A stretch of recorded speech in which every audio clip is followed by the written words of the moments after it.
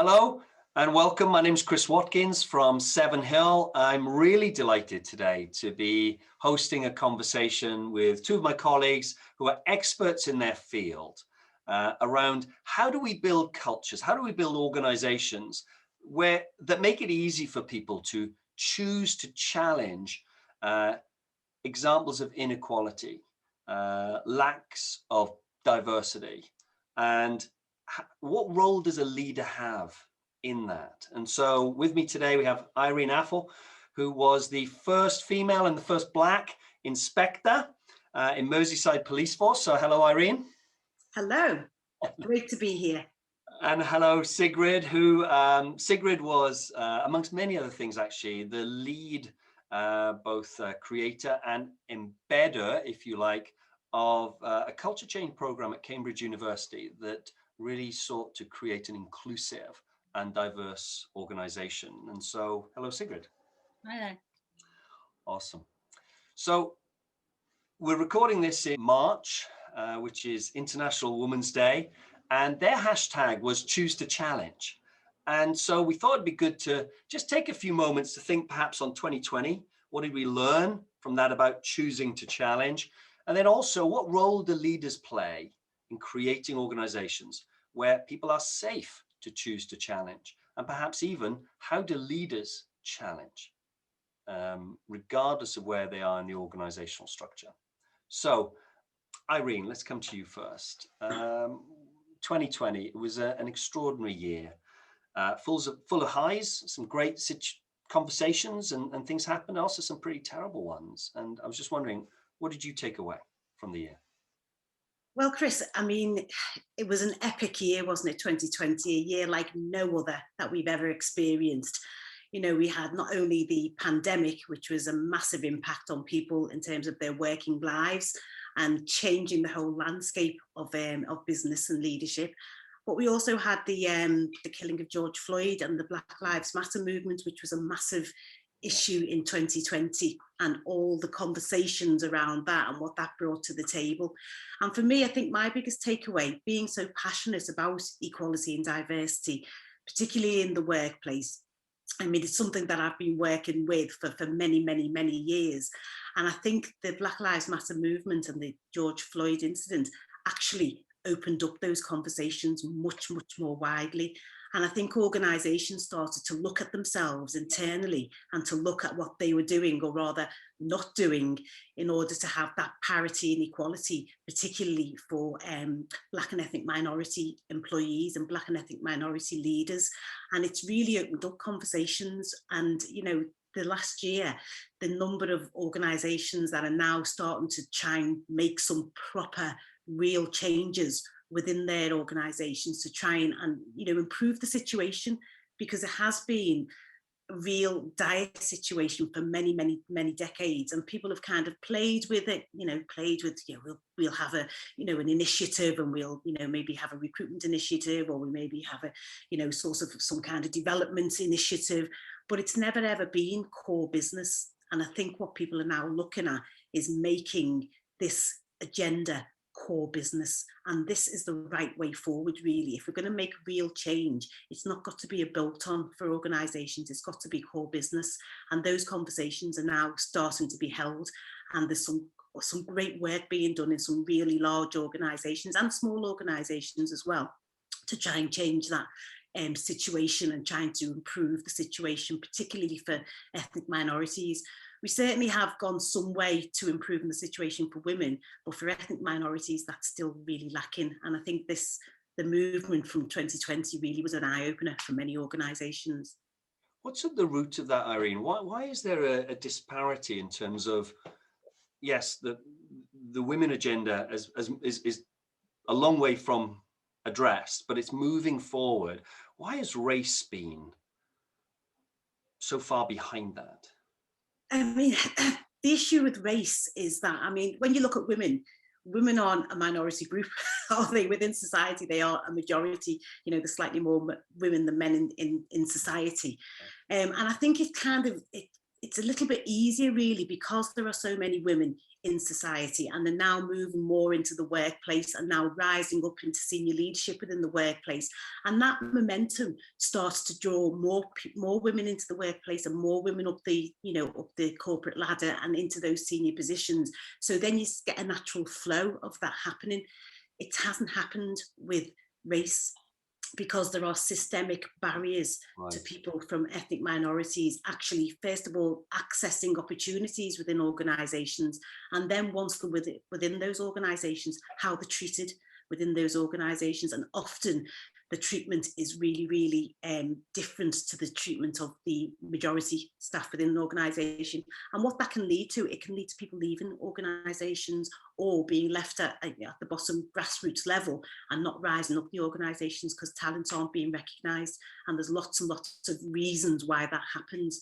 But yet, because the ethnic minorities, there's fewer ethnic minorities in society than there are women, so it's even harder to really access those groups and to bring those groups into organisations. So you have to work that bit harder to make that happen. So 2020 for you, Irene, I guess it was a year where race really took its rightful place at the table of the conversation, and people started to really take it seriously, I think, in a way that perhaps they had. While obviously there was lots of great work done, there was just something different, wasn't there? Even things like Bridgerton, these different efforts to say, actually, this is important and we need to talk about this and we can talk about this. Sigrid, what do you think? 2020, what was it for you?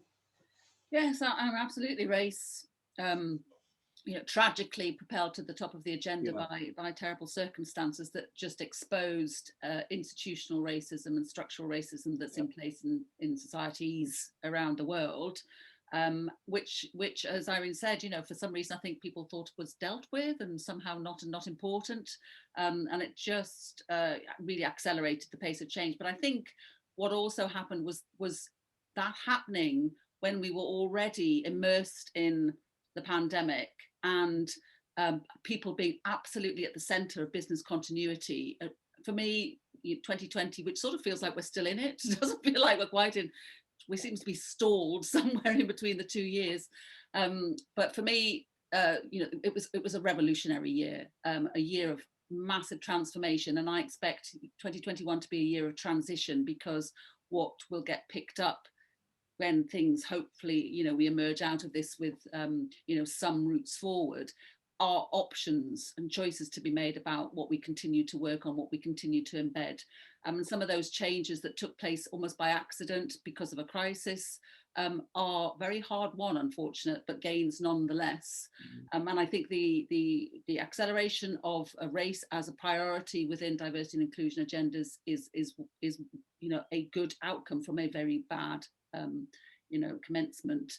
But I think it does fit very well with the notion of people as, and not just as employees in terms of functions, that the function that the person does, but what is going on for each and every individual. And I think in the pandemic we saw that organizations had to be more mindful of what was happening for every individual that they employed, because people were literally balancing laptops on knees in bedrooms, with the kids pulling at their ankles and so forth, in order to keep businesses going. I think it was an incredible thing that people did and are still doing in the interests of their employment and their employers. We will, going ahead, we will see what remains in place as in terms of workplace changes, different ways of working and so forth.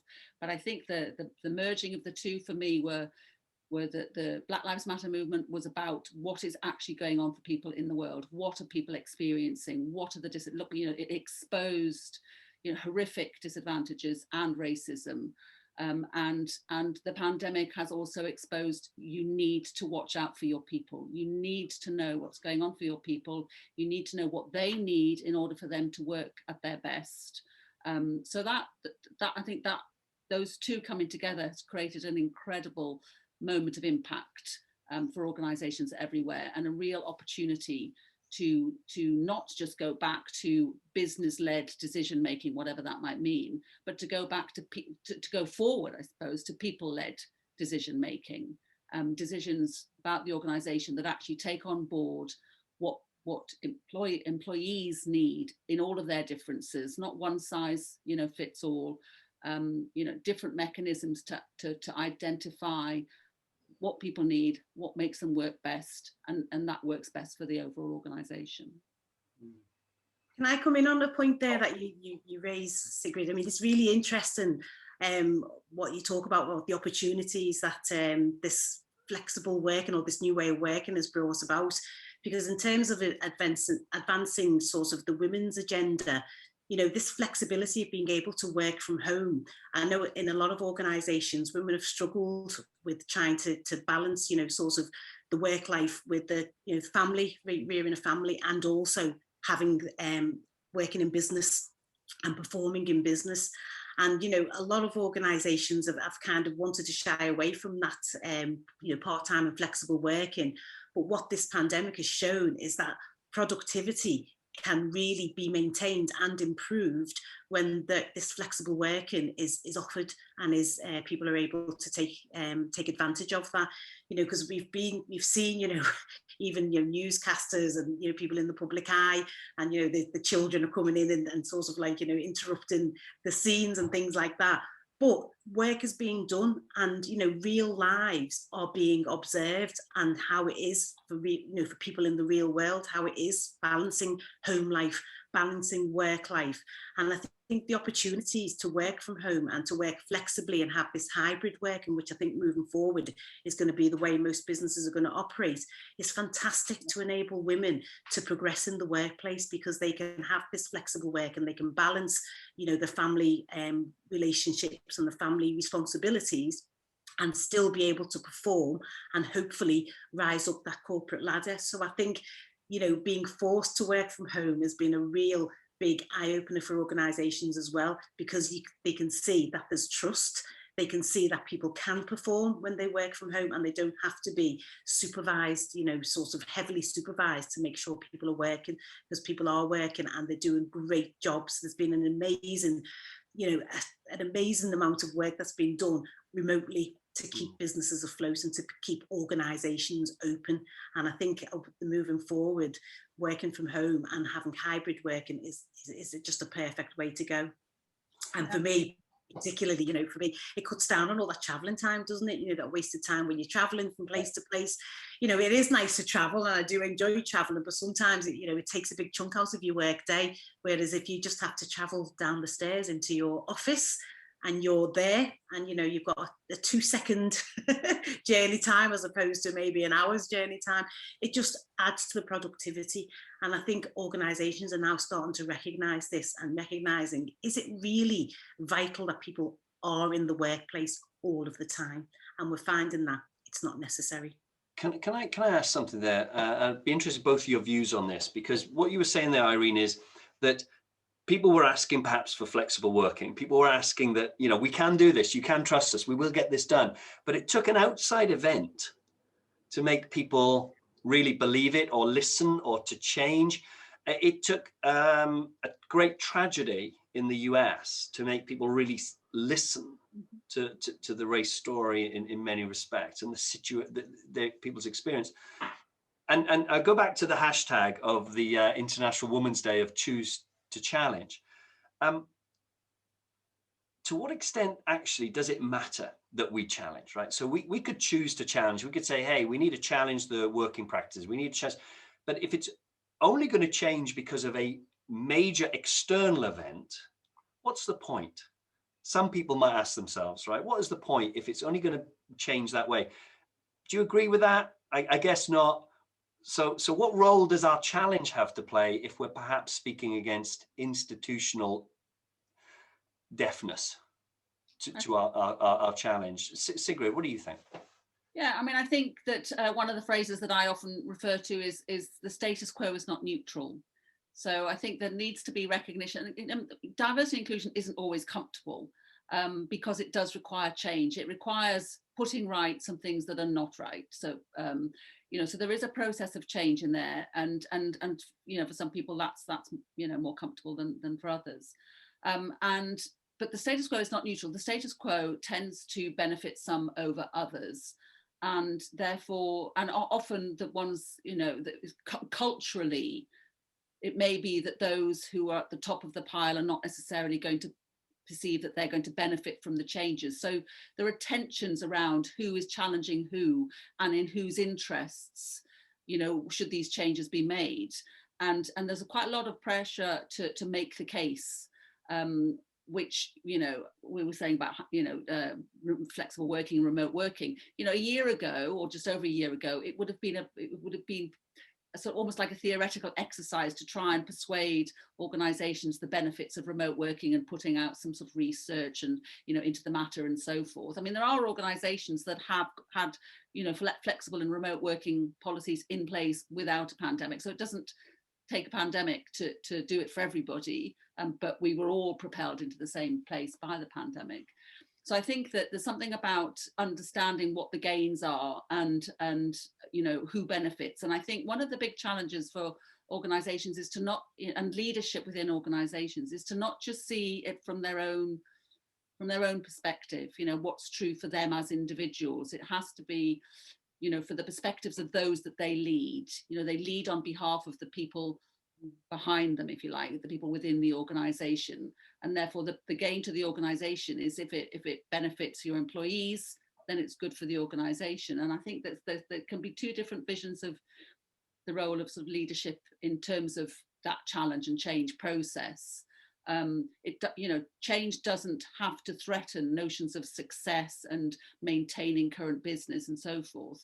So there's something about informing, you know, those in leadership positions to understand the benefits of inclusion and the benefits of adapting practice so that it better meets the needs of the people that they employ, and that coupling. So challenge for me is a very positive word, because I think where there are inequalities in the workplace, and we know that across protected characteristics, that inequality in the workplace exists, and you know, that can be a common agenda for everybody to address that and to try to unpick that, to undo that, and get rid of those inequalities. There's no reason at all why that can't be the agenda of everybody at all levels, as a sort of a shared vision for the organisation. And that, for me, that's why, you know, the term challenge is positive, because that's what it's seeking a better outcome than the status quo currently offers. I'd agree with what you say there, Sigrid. Challenge is important, because changes have happened where people have challenged, you know, maybe small scale changes, but changes do happen when people challenge. And I think it's important to empower individuals or enable individuals to be able to have those conversations within the workplace and to challenge, you know, discrimination in the workplace, and being able to feel confident and open and supported in making those challenges. Because what's happened in the past is when people have raised a challenge on a particular issue, they've then become seen as the troublemaker within the organisation and can be victimised within the organisation as a result of making that challenge. But if we have a culture where challenge is welcomed and where challenge is open, then people may feel more enabled to be able to make those challenges and not suffer in silence. So on an individual level, challenge is important, because it's the individuals who are experiencing that disparity of treatment that should be empowered to challenge, and also to have allyship as well. So people within the organisations who do have those positions of privilege, being able to support those that don't, and being able to challenge on their behalf, because it can be exhausting, you know, if you're from a minority group, and, you know, I hold my hands up to this because I've had these experiences within the workplace. It can be really exhausting having to challenge over and over again. Yeah. And sometimes you just wish somebody else would take on the mantle and do it for you. And I think the importance of challenge in this day and age and moving forward is not only for those who are the victims of this behaviour to do the challenging, but for those who observe the behaviour to do the challenging as well, and for leaders to be able to role model that by challenging themselves and asking those questions to find out what's actually happening for all of their employees and what their lived experience within the organisation is. And that's incumbent on leadership to show that and to role model that to their staff and to their employees. Because if the leaders are doing it and showing that it's fine and it's okay and it's safe, then that enables other people within the organisation to follow suit and to raise the issues. Because if we don't know what's happening for individuals within an organisation, we can't make that systemic change. We need people to speak out, we need people to speak up, so these systems can be changed and the workplace can be made more equitable, so that everybody can bring their authentic selves to work and be valued for their authentic selves and have their skills and talents recognised. And that's what needs to happen within organisations. And yes, it's taken a massive event for this movement to happen, but moving forward, we've got to learn from this. We've got to learn from this, and challenging within the workplace, both individuals at every level and leaders in particular, role modeling that behaviour, I think is really key and really important to make sure change is embedded and that we don't lose this momentum. It's really interesting, isn't it? You could think of choose to challenge as something, you see something, so you choose to challenge it. But actually what I'm picking up is we need to choose to challenge ourselves. We need to believe. I think one of the things that I found most interesting is when people do share stories and experiences, the first reaction so often is, they didn't mean that.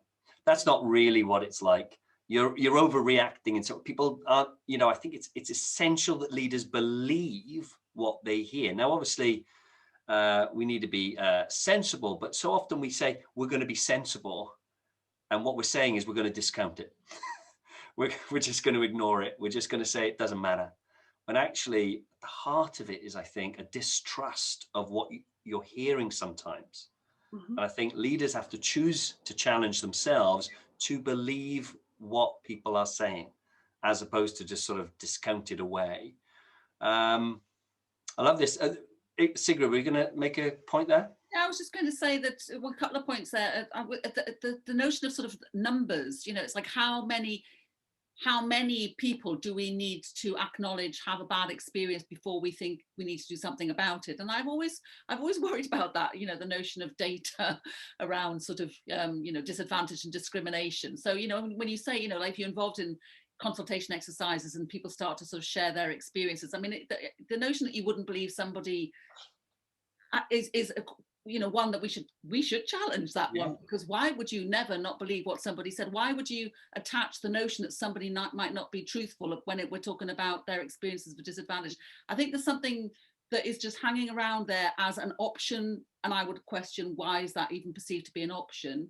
And then if we then go further and go, oh, well, it's only one person in the organisation, or it's only two people in the organisation, because if we are talking about minority groups, then they will be smaller numbers than the majority group. And therefore, well, how many does it need to be before it's a problem? So I've done lots of consultations and I've fed back, and it may be that it's the reflection of one or two people who were engaged in that exercise at that time have chosen to share. There are other people who weren't in that room at that time, or there were people in the room at that time who didn't choose to share. So these are indicators. And if leadership doesn't respond to the indicators of what's going on in their organization, then I think that leadership that definitely needs to choose to challenge the basis of its perspective.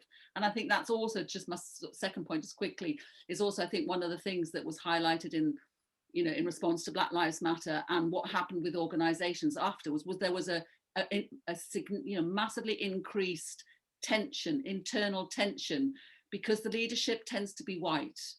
We're talking about organizations that are predominantly, sometimes exclusively, white leadership. And Black Lives Matter and George Floyd exposed racism in all its ugliness. And Black and minority ethnic staff were empowered to speak up in their organisations and to demand an adequate response from their employers. And that tension found a lot of organisations wrong-footed. They didn't have the right response because they weren't doing the work. And therefore, you've got people that you are part of your organisational family whose hardship you have just been made aware of. And that's why that response matters. So I think, there's something there about, I do think that if leadership doesn't pick up on all of these examples and more of the changing landscape around diversity and inclusion and the imperative to make progress, then that leadership definitely needs to be challenged. Thank you, Sigrid. Oh, Just, Irene, one yeah. last comment and then we're going to wrap up. Yeah, it's just brought me onto a point. Interesting what you say about the, disbelieving people who are, complaining about their experiences. And for me, one thing that really massively jumps out is when a complaint of racism or discrimination in the workplace is made, who is it that investigates it? It generally tends to be a white person that investigates it. And the question I would ask is, what's your expertise of racism that you can judge whether this is real or whether it isn't real? And that's another issue, another thing that comes in is about, do we have the expertise to investigate racism, sexism, or any of those other isms? Who is doing the investigation and what knowledge and experience do they have? Because it is a very personal experience and it's a judgment call as well. And it's about how the person, the individual perceives it, not about how somebody looks at it and thinks, well, yes, it is, or no, I don't think that's the case. Because what's their expertise in that? What do they know about that? What's their lived experience of that? And I think that's an important point for organisations to look at as well, is what expertise do they have of investigating these issues within the workplace, because it does take specialist investigations and somebody who has an understanding, a real understanding of the issues. I think when you're privileged, Irene, you tend to believe you can understand. You tend to believe you've got the insight, of course I can be balanced. Of course I can put myself in someone else's shoes. But unless you truly understand the degree of privilege you've experienced, actually, it's very, very difficult to even get close to it. Very close to it. Absolutely. Well, thank you for your time today. We need to wrap up. Our time is coming to an end.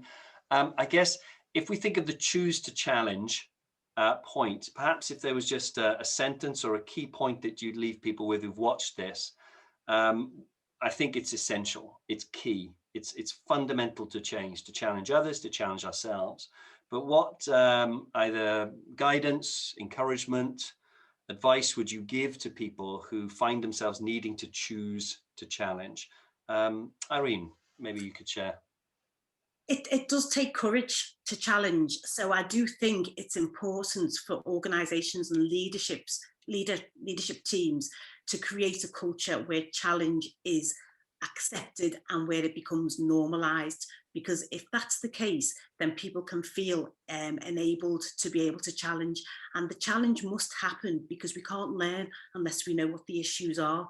So for me, it's about creating a culture where it's normalised for challenge to take place, because through challenge, learning happens, and then that empowers and enables individuals to be able to raise issues when they need to be raised.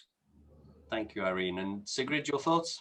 Yeah, I think I would sort of conclude on the point that we were making about like the lived experience and being believed and validating that. And I think what organisations often do is they do quite a lot of sort of outward facing, almost like PR level of activity around Black History Month or International Women's Day, like we're talking about now and so forth. And it's actually make it meaningful. Behind that, if we are acknowledging and celebrating differences in life, differences in individuals, and validating that by celebrating, then that validation needs to follow through into systems, procedures, organizational objectives, as well as culture. Do it properly. There's no point celebrating Black History Month if you then continue and don't unpick your structural racism and your clump of Black and minority and ethnic staff at the bottom of your pay grades and not at the top. So I think it's follow through, signal and follow through, and in that, the believing in and validating and acknowledging different lived experience, different life experiences and perspectives is absolutely key to making progress. Well, thank you both. That was really interesting, and really appreciate your experience, knowledge and expertise in this area. And if you get the chance to challenge, I want to encourage you, just make sure you do choose to challenge. It can be awkward, it can be difficult, but it's worth it. And if we all adopt that spirit, then the changes won't take some external event. It'll be something that we choose to make happen in our environment, in our communities, in our lives. Thank you very much. Look forward to seeing you again.